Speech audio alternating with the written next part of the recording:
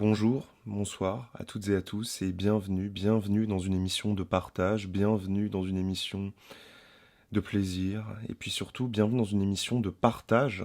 du plaisir, de partage de sentiments spirituels, de partage de métaphysique, de partage de tant de choses que génère chez moi le metteur en scène dont nous allons parler aujourd'hui, l'un de mes metteurs en scène préférés, l'un de ceux qui, au vu de l'amour que je lui voue, rend l'exercice de la critique et du commentaire de ses œuvres extrêmement complexe. Et c'est par ça que j'aimerais commencer. Paolo Sorrentino, pour moi, c'est pas n'importe quel metteur en scène. C'est pas n'importe quel metteur en scène dans ma cinéphilie, parce que je suis amoureux de ses films, parce que je suis bouleversé par son style, par ses films, et absolument pas pour des raisons objectives que je pourrais vous évoquer dans un discours construit. En fait, mon problème avec Paolo Sorrentino, c'est que chaque film de lui que je vois vient me chercher sur un terrain qui est si personnel, si intime, que je suis toujours dans le risque, lorsque je parle de l'une de ses œuvres, de tomber en fait dans un exposé strictement subjectif, où j'en viendrai à vous dire que The Hand of God est un chef-d'œuvre, parce que ça m'a bouleversé. Mais évidemment, ce n'est pas suffisant comme approche.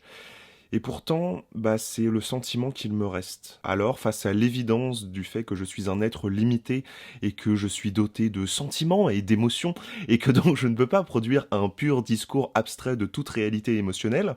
je vous propose que l'on se serve de cette émotion, que l'on se serve de cette fragilité que Sorrentino fait ressortir en moi lorsque je regarde ses œuvres et que l'on s'en serve pour bâtir une réflexion plus générale sur ce qu'il a essayé de faire selon moi avec ce film et de pourquoi est-ce que, même si ce n'est peut-être pas le film de lui que je préfère, c'est indéniablement son plus intéressant cinématographiquement parce qu'il pousse une certaine réflexion sur le rôle de l'art assez loin. Alors donc celles et ceux d'entre vous qui n'auraient pas voix au chapitre et qui ne savent pas du tout de quoi parle ce film, il s'agit en fait de l'histoire de Fabietto, qui est le double en fait de Sorrentino, qui vit sa petite vie tranquillement, voilà, il est en dernière année de lycée, ça se passe à Naples, et il sait pas trop ce qu'il va faire, il vit avec sa famille, les déjeuners dominicaux, voilà, de toutes les familles italiennes où ils sont pleins autour d'une table, ils vont utiliser le bateau pour aller se baigner dans la baie de Naples, enfin voilà, c'est toute une espèce de quotidien comme ça, très, très ensoleillé, très, très méditerranéen, auquel on a droit dans un premier temps, et puis, alors je ne vous dévoile rien puisque c'est abordé dans la bande-annonce et que c'est quand même le sujet fondamental du film, il va y avoir un décès qui va fracturer en fait l'équilibre apparent de cette famille et qui va en fait surtout fracturer en Fabietto le rapport qu'il a à la vie et ce qu'il veut faire en fait. Comment est-ce qu'il veut se construire en tant qu'homme? Comment est-ce que ce regard que Sorrentino prend comme sujet principal du film, parce qu'en fait Fabietto, le personnage principal, est un personnage qui ne parle pas beaucoup, mais qui regarde, et très souvent la caméra va utiliser son positionnement d'observateur pour composer ses cadres. On va très souvent voir le film à travers ses yeux et ses émotions à lui. Et donc, comment est-ce que ce regard-là peut être transformé par un événement douloureux qu'est un décès, qu'est le deuil? Et comment est-ce que ce regard-là, plus que d'être transformé, il peut se transfigurer dans une ambition artistique, puisqu'évidemment, dans la mesure où Fabietto est le double de Sorrentino, la concrétisation de ce deuil, la concrétisation de ce regard désormais terni par la mort, eh bien, c'est le cinéma. Nous avons donc un film qui quand même a un élément central, une espèce d'éléphant dans la pièce qu'il nous faut aborder d'entrée de jeu pour bien comprendre la démarche de Sorrentino avec, c'est que c'est un film autobiographique. C'est un film autobiographique et en même temps ça ne l'est pas, parce que Sorrentino a beaucoup insisté sur le fait que le film n'était que semi-autobiographique, c'est-à-dire qu'il y a des éléments, évidemment, notamment la façon qu'a eu la personne qui décède de mourir, qui est la façon réelle, qu'a eu la vraie personne qui a partagé sa vie de mourir. Donc on a quand même un ancrage très réel de souvenirs et de rapports à des événements qui, lui, l'ont beaucoup marqué, mais en même temps, il invente des personnages et il vient ancrer en fait cette histoire, son histoire personnelle, dans un monde à part, dans le monde de son cinéma.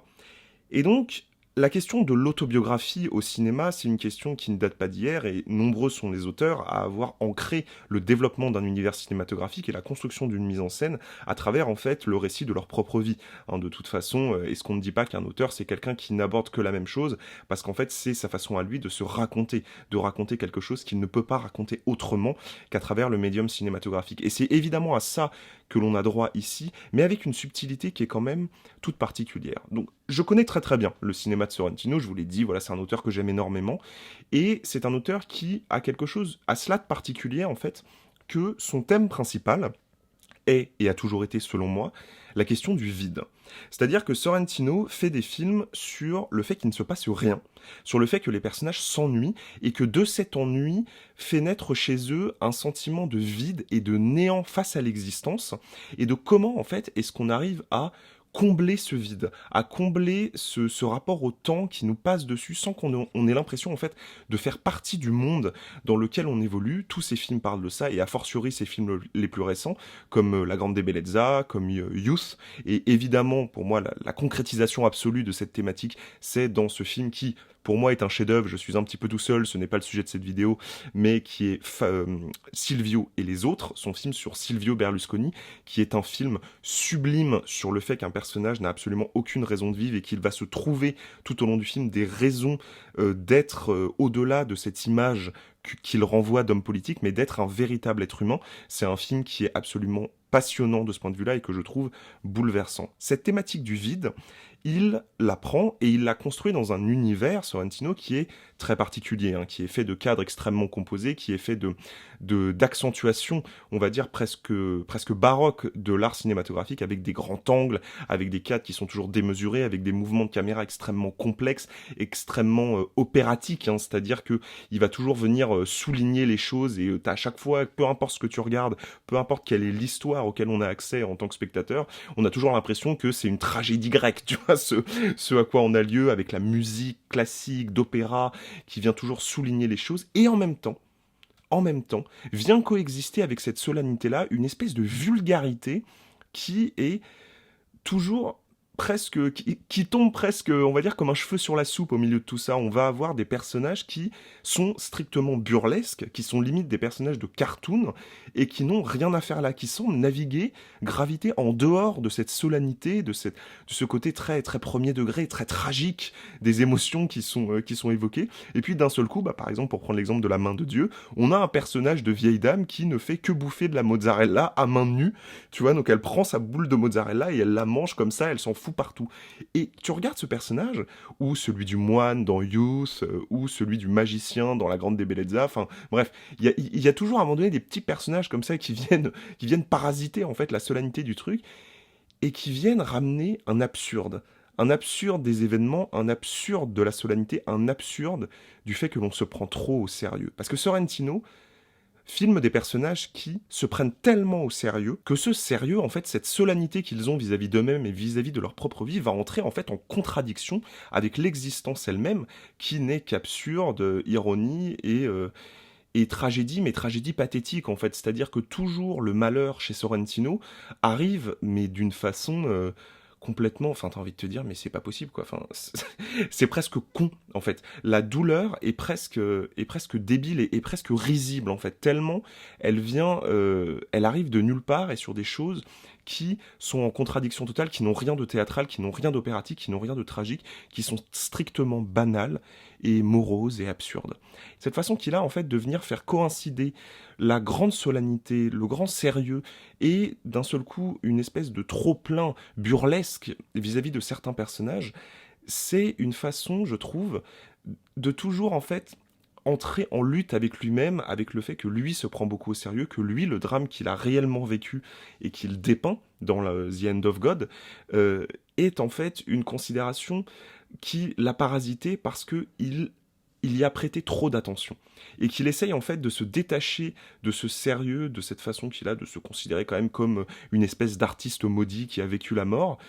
et que pour autant il n'arrive pas vraiment à s'en dégager de ça, parce que très souvent en fait c'est la solennité qui gagne dans les films de Sorrentino. Et nous avons donc ces deux éléments stylistiques qui viennent graviter toujours, qui viennent s'entrechoquer très souvent dans ses œuvres, et qui viennent se concrétiser de façon absolue dans ce film-là, qui est, on l'a dit, une autobiographie. Et là où ça me passionne, c'est que c'est une autobiographie, donc c'est un film biographique qui raconte l'histoire de quelqu'un, en l'occurrence le metteur en scène, mais c'est traité comme un film de Sorrentino. Et ça, c'est passionnant. C'est passionnant parce que c'est... Alors ça va être une analyse plus psychologique, hein, on va faire un petit peu de psychologie de comptoir sur comment est-ce qu'un metteur en scène considère ce qui lui est réellement arrivé et comment est-ce qu'il considère ces événements et la place qu'ils doivent avoir dans son cinéma. Mais ce qui est passionnant, en fait, c'est que j'ai l'impression de voir dans ce film Sorrentino qui essaye de faire sa propre psychanalyse et qui, en fait, nous dit à la fois très concrètement, par des dialogues, par le parcours du personnage de Fabietto, et aussi par sa mise en scène, par les éléments qu'il fait intervenir, que son cinéma a en fait toujours été un refuge, une façon de créer un autre réel dans lequel il pouvait se réfugier pour ne pas avoir à affronter la douleur pathétique des événements qui ont fait de lui l'homme qu'il est, en l'occurrence la mort de personnes qu'il aimait tant. Et fondamentalement, pour moi, c'est ça le véritable sujet de La main de Dieu, et c'est le sujet presque métatextuel, en fait, de l'œuvre. C'est comment est-ce que Sorrentino regarde son propre cinéma et quel rôle a joué son propre cinéma dans son existence d'homme et de metteur en scène. Quelle est la place du cinéma dans sa vie? Et en fait, je me suis rendu compte avec ce film, j'ai réussi à concrétiser ce sentiment que j'avais de pourquoi est-ce que ça me bouleverse autant. Parce qu'en fait, je pense que le grand dame de Sorrentino, c'est que le cinéma, ce n'est pas comme la vie. Et qu'il fait du cinéma pour essayer de dépasser la vie qu'il a vécue et d'essayer lui-même de se convaincre, en fait, que cette beauté qu'il filme, que ces corps qu'il filme, que cet art foisonnant, permanent, il est tout le temps question d'art dans les films de Sorrentino, les peintures, les sculptures, même le football, parce que La main de Dieu, évidemment, c'est une référence à Diego Maradona, et Diego Maradona est très clairement considéré comme un artiste, voire comme une figure quasi divine et messianique dans ce film-là. Et comment est-ce que tout ça, il le met en exergue, il le met en puissance à travers son cadre, à travers la façon qu'il a de sculpter la lumière dans ses plans, pour ne pas affronter le fait que, au-delà de tout ça, il n'y a que le risible et il n'y a que le pathétique. Et je pense qu'on peut analyser toute la filmographie de Sorrentino en fait à travers cette phrase qu'il y a dans La Grande Bellezza, où le personnage principal, donc c'est à la fin du film, hein, il est sur son balcon avec une bonne sœur et ils sont entourés de flamants roses. Alors ça me paraît très bizarre pour quelqu'un qui n'a pas vu le film, mais oui, ça existe, c'est dans le film. Et en fait il dit j'ai passé toute ma vie à chercher la Grande Bellezza, donc la grande beauté, mais je ne l'ai jamais trouvée. Et en fait, tous les films de Sorrentino tournent autour de ça, c'est-à-dire tournent autour de l'idée que la beauté est un palliatif au vide, que la beauté est un palliatif à la douleur, et lui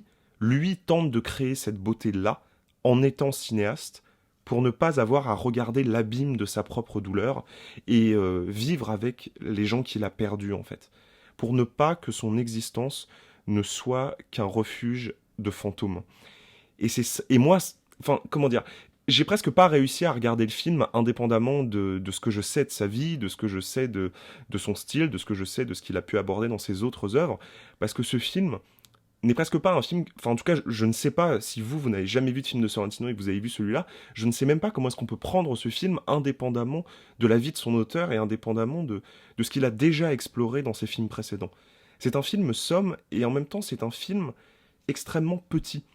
par rapport à ses autres œuvres. Ce que je veux dire par là, c'est que c'est un film qui est très centré sur l'intime, sur la famille, là où La Grande Bellezza, Youth et a fortiori Silvio et les autres, pour citer ces films récents, étaient quand même des films qui prenaient comme sujet principal des grandes figures. Enfin, je veux dire, dans La Grande Bellezza, c'était Rome et son côté intemporel. Dans Youth, c'est l'idée que l'art rend immortel. Et dans Silvio et les autres, c'était le sujet du leader du gouvernement italien. Donc on était toujours sur des très grandes histoires. Et là, d'un seul coup, on arrive sur quelque chose de tout petit. De tout petit. Le destin de Fabietto au milieu de Naples dans les années 80, c'est cette espèce d'histoire qui est si banale qu'elle ne vaudrait même pas la peine que Sorrentino y applique sa solennité, et pourtant cette solennité qu'il a développée comme un style, comme un refuge cinématographique dans ses autres œuvres, il choisit de l'appliquer à sa propre vie et de faire de lui enfant un personnage de son univers. Et moi ça me bouleverse parce que je vois dans ce film le parcours d'un artiste et une réflexion très profonde sur le rôle qu'a l'art en fait dans notre vie, dans nos destins. Et ce film est bouleversant. Mais vraiment, moi, quand je vous dis qu'il est bouleversant, c'est que j'ai pas pleuré pendant le film, mais une fois que le film s'est terminé, j'ai fondu en larmes parce que je me suis dit, bah oui, en fait. Oui, je comprends ce besoin que tu as de faire des films, je comprends ce besoin que tu as de chercher la beauté partout où elle est pour ne pas regarder en toi l'abîme de cette souffrance qui t'accompagne, de ne pas regarder tes fantômes. Et pourtant, ces fantômes, bah ils sont dans ton film, puisqu'il ne filme évidemment que les fantômes de son passé dans la main de Dieu, que les personnages qui l'ont fait enfant et qui l'ont construit en tant qu'homme, en tant que cinéaste, et qu'il a perdu. Et pour autant, ce ne sont pas des fantômes parce qu'il les filme comme des figures, mais d'une beauté, mais qui sont... il les regarde avec tellement d'amour que c'en est bouleversant. Et quiconque sait que c'est un metteur en scène qui raconte sa propre vie, quiconque voit comment est-ce qu'il met en scène les êtres qui lui sont chers, c'est une lettre d'amour si belle à sa famille, aux gens qui ont fait sa vie, qu'il y a ce côté, en fait, presque, en tout cas moi je trouve, quand on regarde le film, qu'on ne devrait même pas avoir accès à ça. C'est-à-dire que ce sont des sentiments qui sont tellement intimes, qui ne lui appartiennent qu'à lui, que je me sentais presque gêné, en fait, devant ce film, d'avoir accès à tout ce qui fait son cinéma, à tout ce qui le fait lui en tant qu'homme, en tant qu'individu. Et pour autant, je le remercierai jamais assez de m'avoir permis encore une fois d'être ému et bouleversé, parce que je suis entré en écho avec sa réflexion sur la place de l'art dans nos vies, et parce que je me suis laissé emporter par la musique opératique et la solennité, pour à nouveau retomber au sol comme une merde lorsqu'il aborde le tragique de l'existence avec ces personnages presque burlesques qui n'ont rien à faire là. C'est une fusion de références, c'est un ballet chaotique d'approche de mise en scène, c'est Sorrentino. Sorrentino est un metteur en scène toujours bouillonnant, toujours chaotique, où les registres de scènes auxquels on a droit rendent presque le film pas très cohérent, on va dire de séquence en séquence, et pour autant ça l'est cohérent. Ça l'est lorsque l'on comprend, lorsqu'on arrive à entrevoir comment est-ce qu'il parvient, dans sa vulgarité, dans son côté grotesque, à atteindre ce qu'il peut y avoir de plus sublime, c'est-à-dire le pathétique de l'être humain. Ce film le fait comme les autres films de sa filmographie. Je vous invite à le découvrir et j'espère que vous en serez tout autant bouleversé que je l'ai été. Merci d'avoir écouté cette émission jusqu'au bout. Je vous invite à l'aimer, à la partager. Je vous invite également, parce que je suis en train de produire mon prochain court-métrage, à faire des dons sur la cagnotte Litchi que je vous ai mis en description. Vraiment, on a besoin de votre aide sur ce coup. À me suivre sur les réseaux sociaux pour qu'on parle encore de cinéma et a fortiori du mien que je vais actualiser très bientôt. Merci à vous de m'avoir écouté. Je vous souhaite une très bonne soirée ou une très bonne journée. Et surtout, continuez à rêver, continuez à être solennel. Et n'ayez pas peur d'embrasser la beauté qui existe tout autour de vous. Salut tout le monde.